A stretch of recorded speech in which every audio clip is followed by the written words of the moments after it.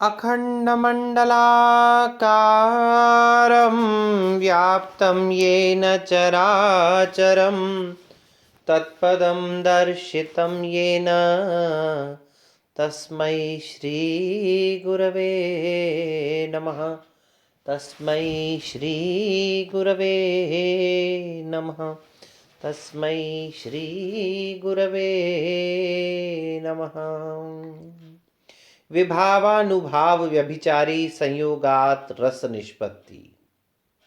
इस रस सूत्र की व्याख्या के विषय में भट्ट शंकुक ने अपना एक रस सिद्धांत दिया है जिसका नाम है अनुमितिवाद।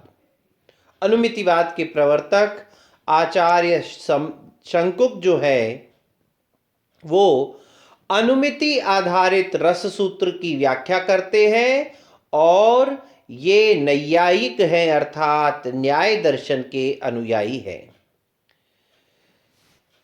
राम एव अयम अयमेव राम न रामोऽयम् इत्योत्तर कालिके बाधे रामोऽयमिति रामः स्याद् वा न वा अयम् इति राम सदृशो अयम् इति च सम्यक् मिथ्या संशय सादृश्य प्रतीतिभ्यो विलक्षणया चित्रतुरगादि न्यायेन रामोऽयम् इति प्रतिपत्त्याग्राह्ये नटे। ध्यान दीजिए, एक घोड़े का चित्र है। अब उस घोड़े के चित्र को देख करके किसी ने पूछा क्या ये क्या है, तो उसका उत्तर दिया यह घोड़ा है। फिर प्रश्न पूछा क्या यह घोड़ा है, तो उत्तर आया नहीं नहीं यह घोड़ा नहीं है। अब फिर प्रश्न पूछा क्या यह घोड़ा नहीं है, अरे नहीं यह तो घोड़ा ही है। अब ध्यान दीजिए, यह जो घोड़े का चित्र है उसको घोड़ा है और घोड़ा नहीं है यह दोनों नहीं कहे जा सकते हैं। उसी प्रकार से राम एव अयम अयमेव राम इति, यह राम है और राम ही यह है। न रामो अयम इति औत्तर कालिके बाधे रामो अयम इति, यह राम नहीं है, उत्तर काल में बाधित होने पर यह राम ही है। रामः स्याद् वा न वा इति न वा अयम इति, यह राम होए या नहीं है। और राम सदृशो अयम, यह राम के जैसा है। यह सम्यक मिथ्या संशय और सादृश्य प्रतीतियों से भिन्न एक अलग ही प्रकार की प्रतीति नट में रामो अयम इति, यह राम है, ऐसी होती है। किसके द्वारा? चित्रतुरग न्याय के द्वारा। राम एव अयम अयम एव राम, यह है सम्यक प्रतीति। न रामो अयमिति उत्तर कालिक बाधे रामो अयमिति मिथ्या प्रतीति। रामः स्याद् वा न वा अयमिति संशयात्मक प्रतीति। न राम सदृशो अयमिति सदृश प्रतीति। इन चारों प्रतीतियों से भिन्न चित्रतुरग न्याय से होने वाली पंचम प्रकार की प्रतीति ग्राह्य नट में रामो अयम, यह राम है, ऐसी जो प्रतीति होती है वही अनुमिति होती है। नट कृत्रिम रूप से कटाक्ष आदि अनुभाव का प्रकाशन करता है, लेकिन उसके उस बनावटी सौंदर्य के कारण से उसमें वास्तविक जैसी प्रतीति होती है। इन बनावटी अनुभाव विभाव व्यभिचारी भावों को देख करके नट में वास्तव में स्थित न होने पर भी सामाजिक उसमें रस का अनुमान कर लेते हैं। ध्यान दीजिए, रस का अनुमान कर लेते हैं तथा अपनी वासना के वशीभूत होकर उस अनुमीयमान का रस का आस्वादन करते हैं। और इन्हीं चार प्रकार की प्रतीतियों से विलक्षण एक अन्य प्रकार की अनुमिति होती है। फिर क्या होता है? उसी से ही यह राम है, यह जो ज्ञान प्राप्त होता है और उसमें संयोगा। देखिए, इसमें एक बात कही है मम्मट ने, नटेनेव प्रकाशिते कारण कार्य सहकारी भी कृतिमयी तथा अनभिमन्यमानै विभावादि शब्द व्यपदेश्यै संयोगात गम्य गमक भाव रूपात अनुमीयमानो अपि। गम्य गमक भाव से अनुमीयमान होता हुआ यह रस सामाजिका नाम वासनया, सामाजिकों की वासना से चर्व्यमाण चर्व्यमाण होता हुआ, आस्वादित होता हुआ यह रस प्रतीत होता है।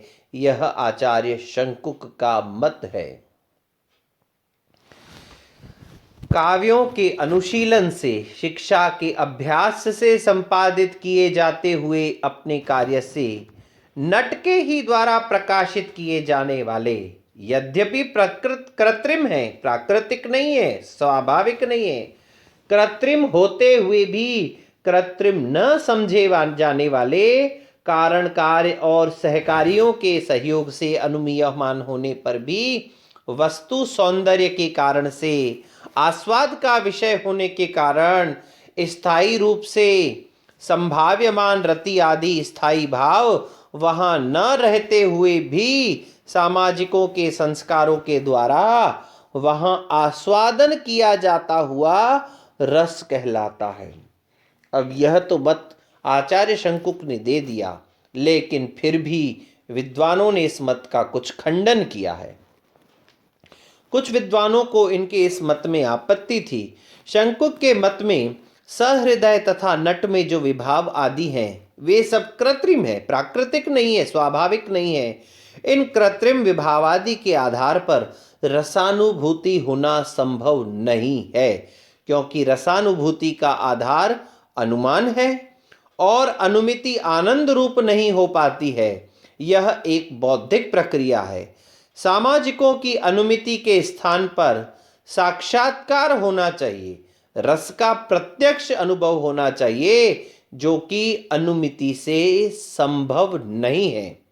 फिर ऐसी अनुमिति ही किस प्रकार की जिससे हमें रस का प्रत्यक्ष साक्षात्कार न हो सके, जिसमें सब कुछ कृत्रिम हो। इस प्रकार से विद्वानों ने इस सिद्धांत की आलोचना की है। यह दर्शक और सहृदयों के दृष्टि से बहुत अधिक आदरणीय नहीं माना है।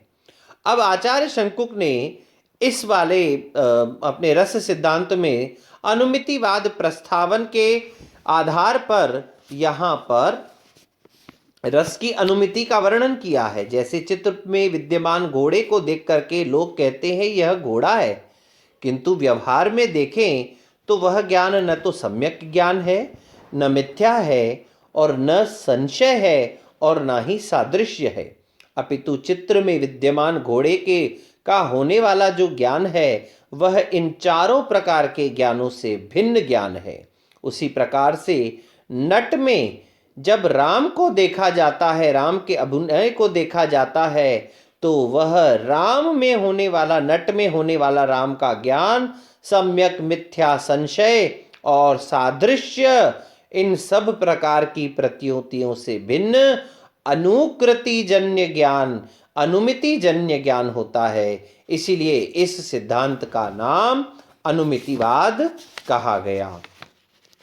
यद्यपि कुछ स्तर तक यह, कुछ आगे के स्तर तक पहुंच करके यह बहुत अच्छी स्थिति में भी रहा, लेकिन फिर भी अनुमीयमान होने के कारण से रस के साक्षात्कार का, प्रत्यक्ष अनुभव का अभाव होने के कारण से यह सिद्धांत पूर्ण रूपेण विद्वानों के द्वारा सर्वमान्य नहीं रहा।